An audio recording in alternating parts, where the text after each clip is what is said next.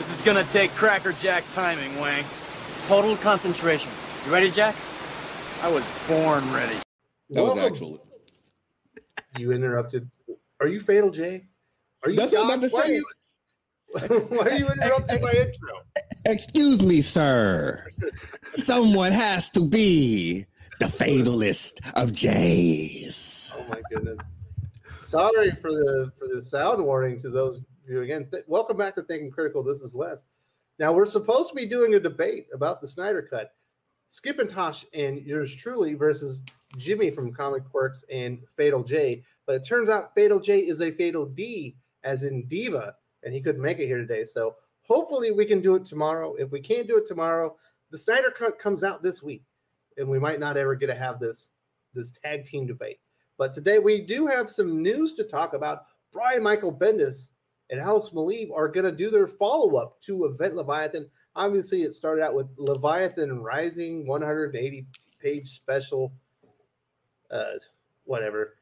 Basically, we got the 6-issue Event Leviathan series, and then we got an event. What was it? Event Leviathan Dawn? Leviathan Dawn? Leviathan Dawn. Yes, there's a one-shot. And it looked like the follow-up sequel series, Checkmate, had been canceled, but that is not the case. It is coming back, and here with me to talk about this is a longtime Bendis supporter.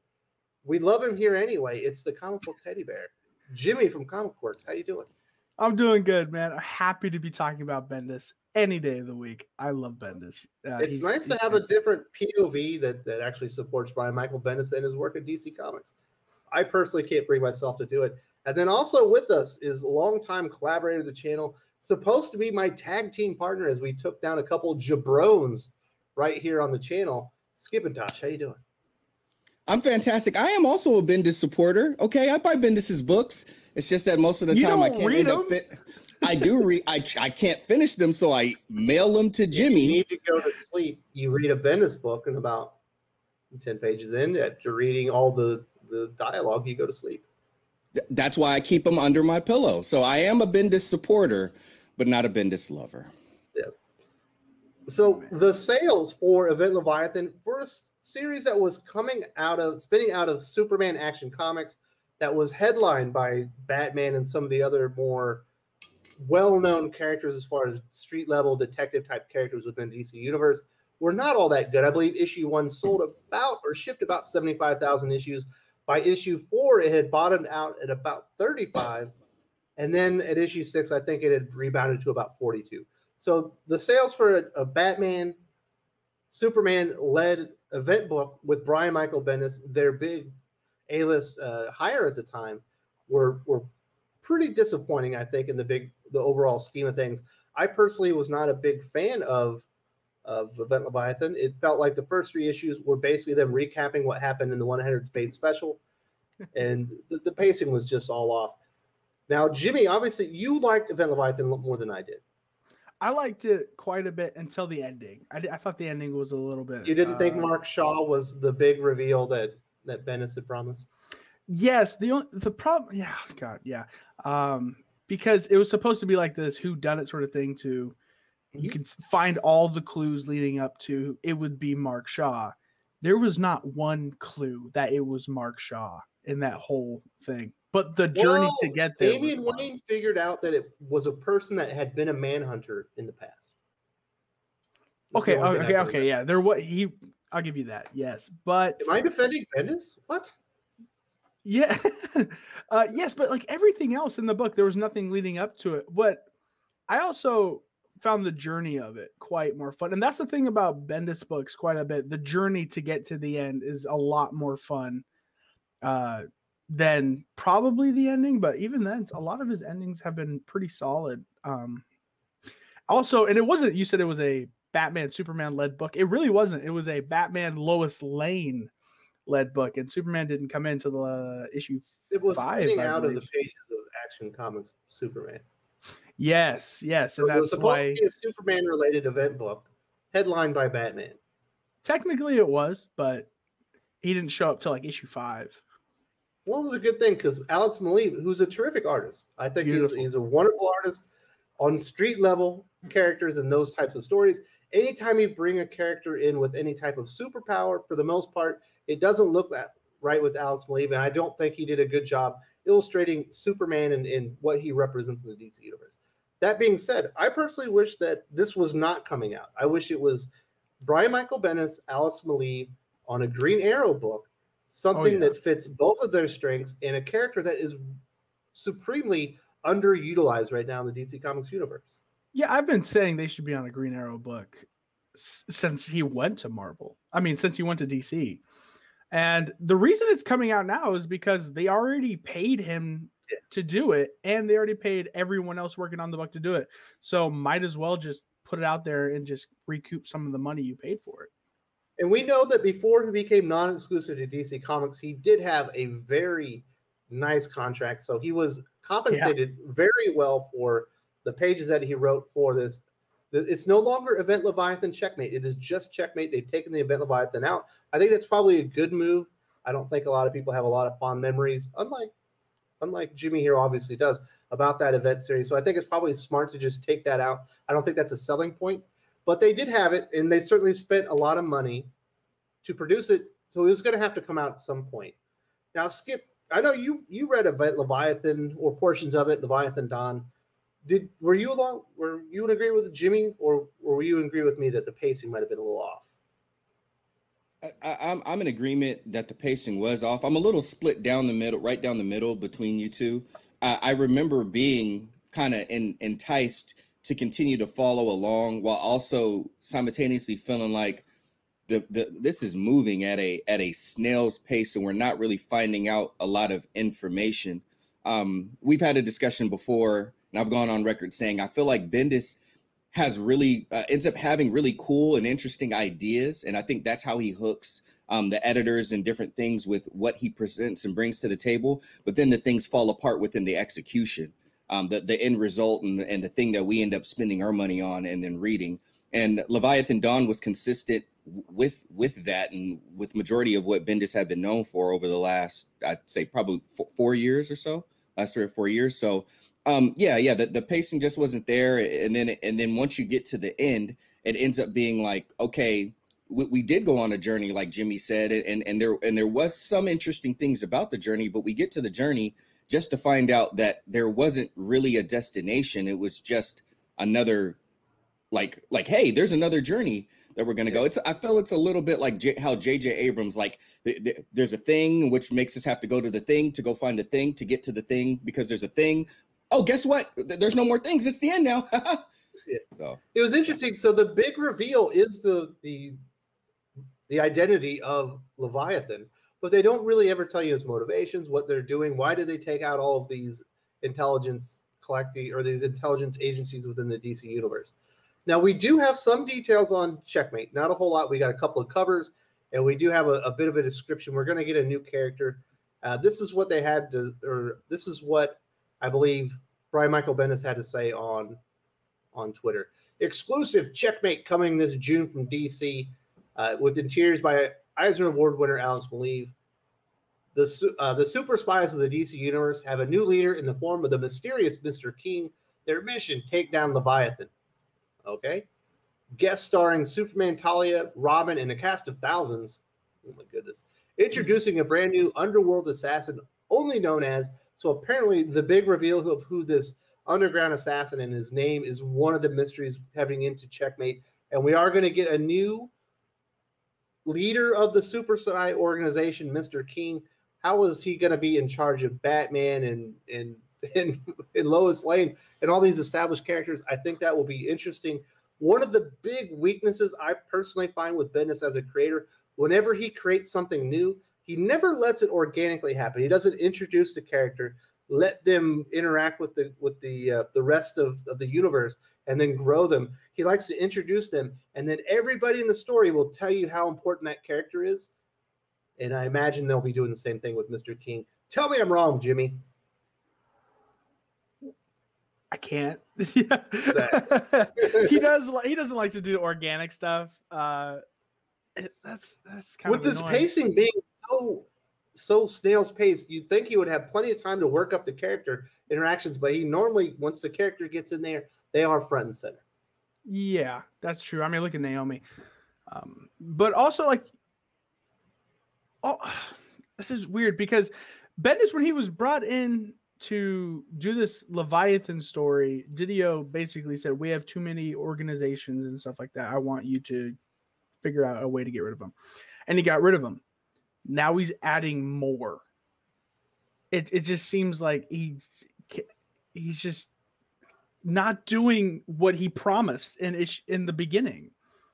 That's what just feels a little bit, I don't know, like a backstab to everyone who's reading the story, hoping to get like everything is being destroyed. I don't know.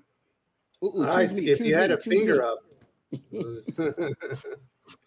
Yeah, so I think because as we were speaking, I was like, yeah, they took off the Leviathan thing, and you said it was a good thing that they did that. I'm like, yeah, it is, because this would be an event that had way too much of a gap in between the last chapter, for lack of a better term, and then the next chapter coming on. So it wouldn't organically feel like an event anymore. Anyway, one, two, the stench that it did have on the whole Leviathan thing can be reduced. Also, with Bendis no longer being a part of what the origin was, where it all started within Action Comics Superman book.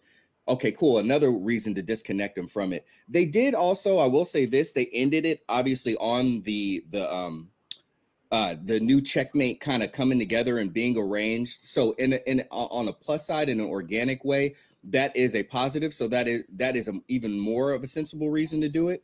But also another thing, Jimmy mentioned him being brought in to do it.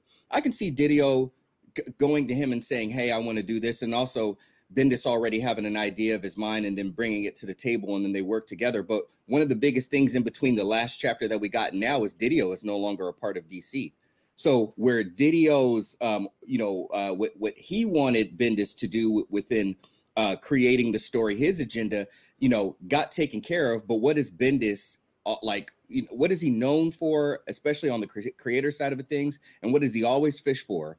New IP that he created that he can get credit for. So with Didio gone, of course, and all that space in between, it left an opportunity for him to create something new within DC that if they do continue to use going forward, he could possibly get some royalties for him because of the unique nature of his contract, which could have been restructured. But even if it was, there's only so many things that he and his agent would allow to be taken out. And I'm sure his compensation for things that he creates is one of those things that didn't get touched very much. So if you think about Bendis and how he works and all of that stuff and how he thinks, it makes perfect sense that he completed what Didio asked for. Didio's gone, and then he inserts what he always likes to, because he knows he ain't going to be writing comics forever. He would have been doing movies a long time ago if they would only answer the door and let him in. So it all makes sense once you connect the dots. Well, that's the thing, though, because in his contract, or so he says, his first thing they wanted him to do when he got here was create new characters, bring new life with new characters. So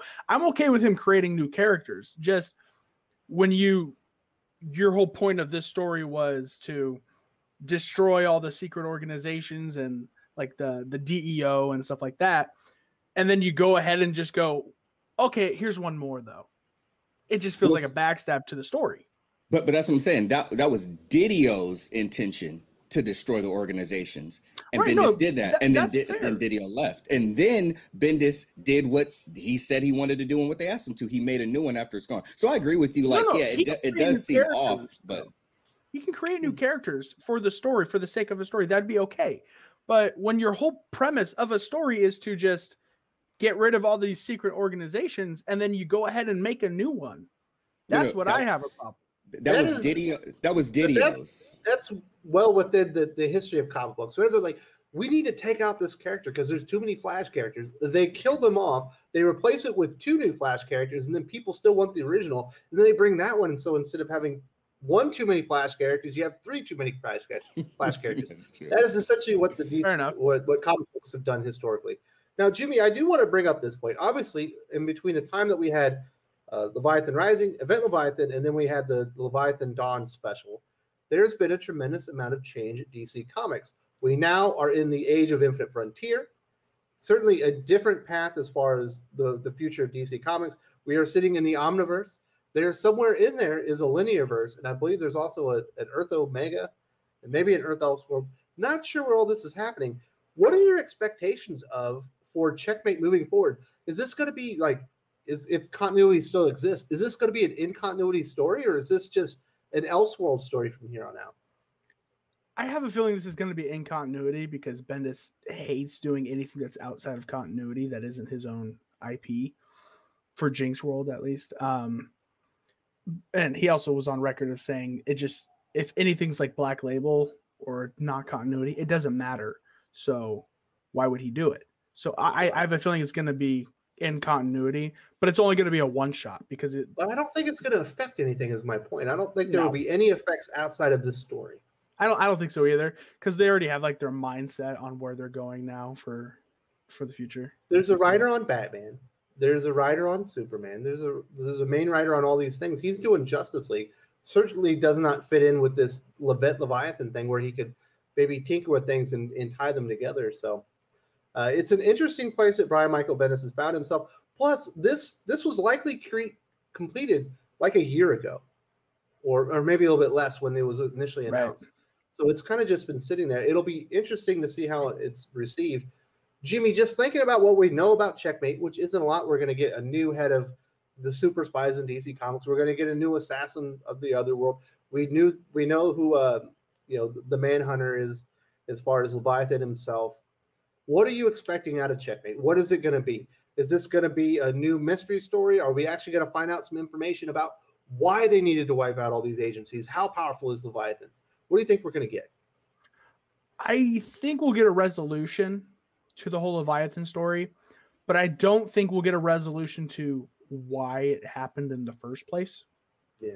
Because he doesn't really ever answer those questions. He doesn't really do resolutions. Most everything he does is open-ended, or if it does end, the next page is an introduction to whatever he's going to do next. Yeah, totally. When he first started with the Leviathan thing, back in 2000, I think it was like early 2019. I thought this was cool. You had Steve Epting on the art, and Steve Epting's awesome. And then it was a spy thriller, which didn't really work when it came out, like in the floppies, but when you read it as a trade, it totally worked. And then it just led into no story ever ended in that run. It just does not set well for the future of Checkmate, because it gives you an idea that it probably won't end either. One of the real issues, I think, with the initial floppy runs of Event Leviathan itself was that Leviathan Rising special. He introduced so many core elements of his story that they were just constantly referencing things that you already knew. It's like, we think it might be, Jason Todd. We may think it might. It was like this information was already introduced, and it's just them huddling around talking about it rather than going out and doing things. And I think that really hampered the effectiveness of the book. Skip, obviously, as someone that probably hasn't enjoyed Event Leviathan as much as Jimmy, what are your expectations as far as Checkmate? In response partially to this question and something that you said earlier, it's not going to have as big of an effect.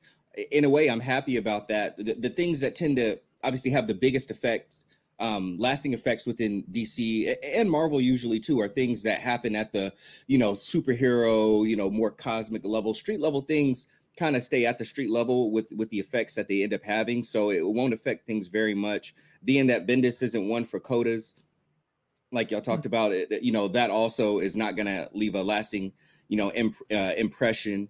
The expectations for Checkmate, I mean, I think one of them, we already know the catalyst behind it. The money was already spent, so they got to try to recoup it. They're obviously going fully in a whole nother direction than they were before. And this story is a bit of a fossil of the past, in the past direction with the previous, publisher or co-publisher Dan Didio. So that takes it out as well. If any Bendis stories are going to have some sort of effect, it's going to be the Justice League one. And that seems to be a little bit more on board with where Infinite Frontier is going. So he has an opportunity to have effect within that story. But ultimately, Checkmate is going to be a street level thing. It's going to stay out the street level. Like y'all said, it's probably just going to peter out. It likely won't have an ending since he already touched it before. And Bendis is, I would still call him prolific just with the sheer amount of content he does kind of, gosh, this is disrespectful, but fart out. he's already passed this too. So it's true. Like anybody who is following this and is really interested in Checkmate, which I still have a minor bit of interest. I just don't have much of a desire and motivation to spend my money on it to find out. Yeah, those people aren't going to really get an end to the story. It's just going to fade away, as he's already probably 3 to 6 months ahead on whatever he's going to finish up at DC anyway, and that they're going to print and put out. So it's going to be remembered as something that was forgotten. I think you're right. This is going to be the end of the road. They're putting it out obviously because they paid for it, but it does not feel like really Bendis's Leviathan story really has a future in DC Comics, and that's too bad. If people enjoyed Event Leviathan, they end up enjoying Checkmate. I don't think they're going to get maybe the continuation of that story. If anything, you get. I assume it's $4.99 because it's a special. $4.99. You get amazing art by Alex Maleev. Well, there you go. I was going to give you the last 4, but I think you got it, Jimmy. Thank you so much for joining me. Now, there is a link in the video description to Jimmy's YouTube channel, Skipntosh, and Jimmy's social media. Now, they've got another thing coming out. If you were a comic book artist, this message is for you. Take it away, boys. Skip, go ahead. I'll give it to you. got a original graphic novel that we're working on. Scripts are almost complete, just about there, but the plot is completely plotted out and finished. And anyone who is interested in adding something to the portfolio, working with 2 people who have a strong love and interest in comics, easygoing people to work with, super understanding, and just really good collaborators, we would love for y'all to reach out to us with the links that Wes has provided, and show us what you got. Maybe we could share a little bit with you, and maybe we can kind of build this thing up together and kind of leave a mark. But overall, we're looking to work with people that are motivated and interested in putting out a very interesting story. This particular one is a little more on the horror drama side, and and just really have some fun, because at the end of the day, we're all here even watching this video because we love comics and we have an interest in comics, and that's really what we're trying to share, just our love of comics and cool ideas, getting out to the people and keeping these conversations going. So thank you for everybody who's just been encouraging, who already knows that we've been working on the project, and everybody who's interested, excited to speak with y'all and see if maybe we could work together on this, or we've got plenty of other ideas, so it could be future projects as well if it's not this one. So please reach out to us, and we're excited to speak with y'all. So if you go into the video description, you will see an email for me. If you send me the email, I'm likely going to forget it. Skipntosh, is there a specific email that you would like them to send it to? Yes, you can send it to my name, so Skipntosh, so Skipntosh @icloud.com. Fire that email over there, and I'll get it. Jimmy and I will go over it. We'll reach out to everyone who reaches out to us, and hopefully we can spark a conversation. All right, guys, sounds exciting. Hopefully you get some responses. Did you need to say something else, Jimmy? No, just happy. Just happy this is happening. I'm glad this is happening for you guys. I imagine you're going to get an artist soon, and we can't wait to see what you do. Thank you so much for joining me, and that will do it, folks. Thank you.